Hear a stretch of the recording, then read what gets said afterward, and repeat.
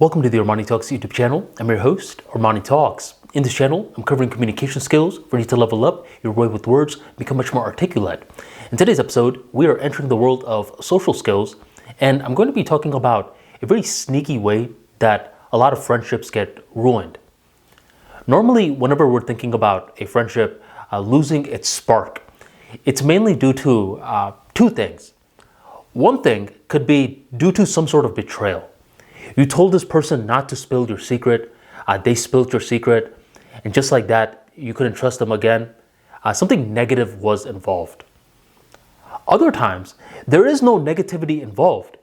Instead, you two just moved to different locations and y'all stopped keeping in touch.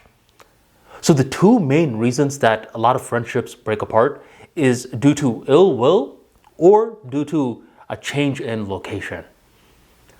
But one sneaky way that a lot of friendships break apart, it's due to trying to sell your friend on something. This has happened to me before. Roughly around 2018 to 2019, I ended up being introduced to this one gentleman who was really cool. He went out of his way to make sure that the ArmaniTalks brand thrived. He would give me tough love when I needed it, encouragement when I needed it. He introduced me to a variety of different people.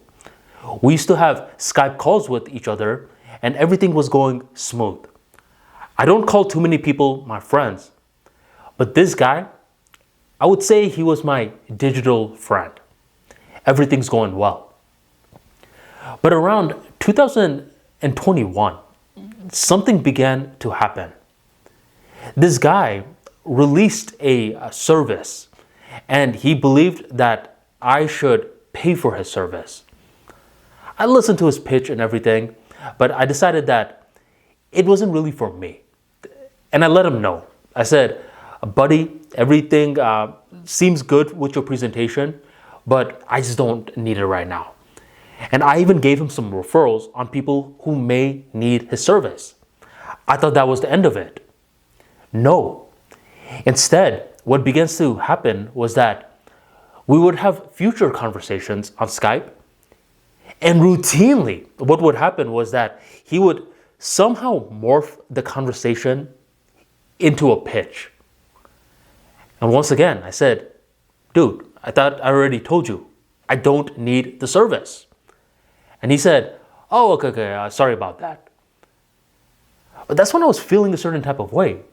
Because for this particular call, where he was just trying to pitch me, a couple of minutes before, I was having a heart-to-heart with him. I thought I was being very open, and you were asking me these questions to actually just pitch me? That was your ultimate motive? More time went on by, and I started to notice a pattern. This guy, every 4 to 6 months on a particular day, he would hit me up. And I knew what he was hitting me up for. It was to pitch me on something that I didn't want. And nowadays, when he messages me, I don't respond back. It's because he just keeps hitting me up on that same day after a couple of months have passed to try to sell me something. I don't want your damn service. The friendship is not the same. We're not friends anymore. I wouldn't even invite this guy to my wedding. And it's weird. It's like I never met you, so our friendship didn't end due to geographic locations. You never really did anything ill to me, so our friendship didn't get hindered due to some sort of betrayal.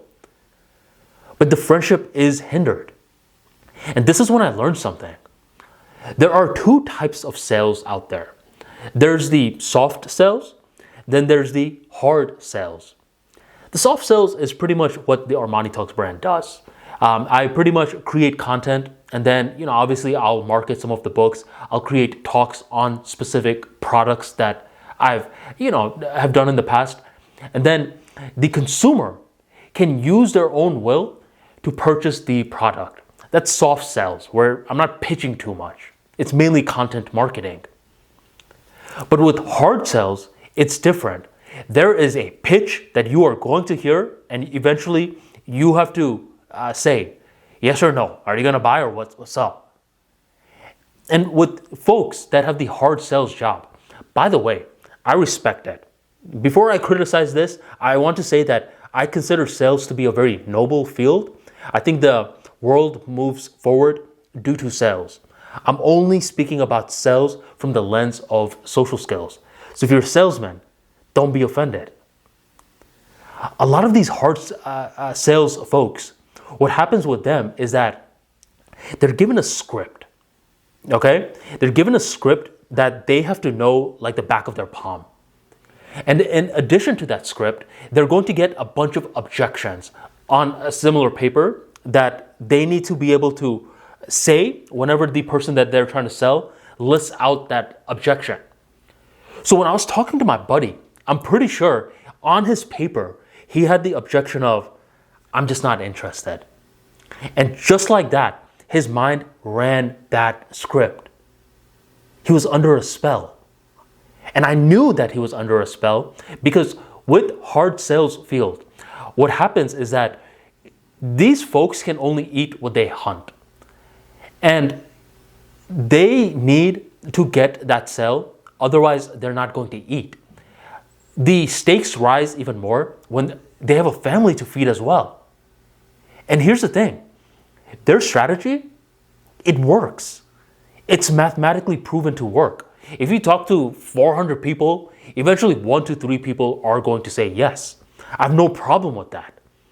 My only problem is when you, my friend, you put me in this bucket of 400 people and you will not stop trying to sell me until I become the 1 to 3. I don't like that.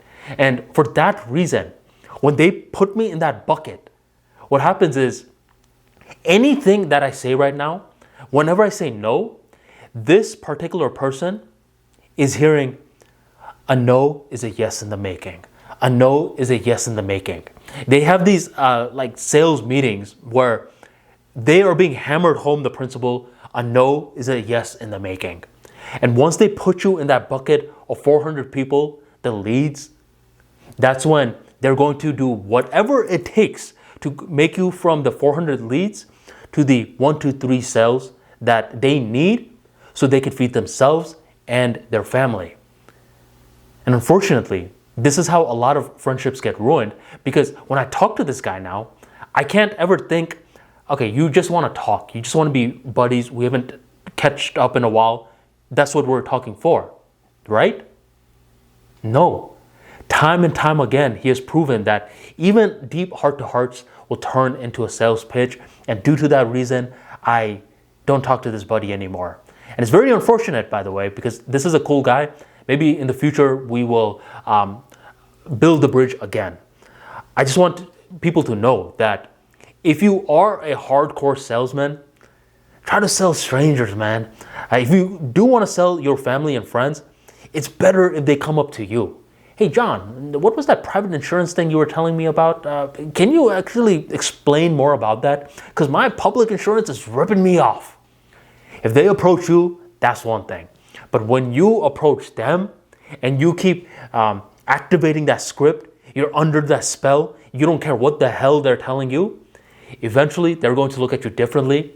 And just like that, a friendship that once was is a friendship that is no more. If you enjoyed today's talk, go ahead and drop that like for me right on below. And thank you very much for joining the ArmaniTalks YouTube channel.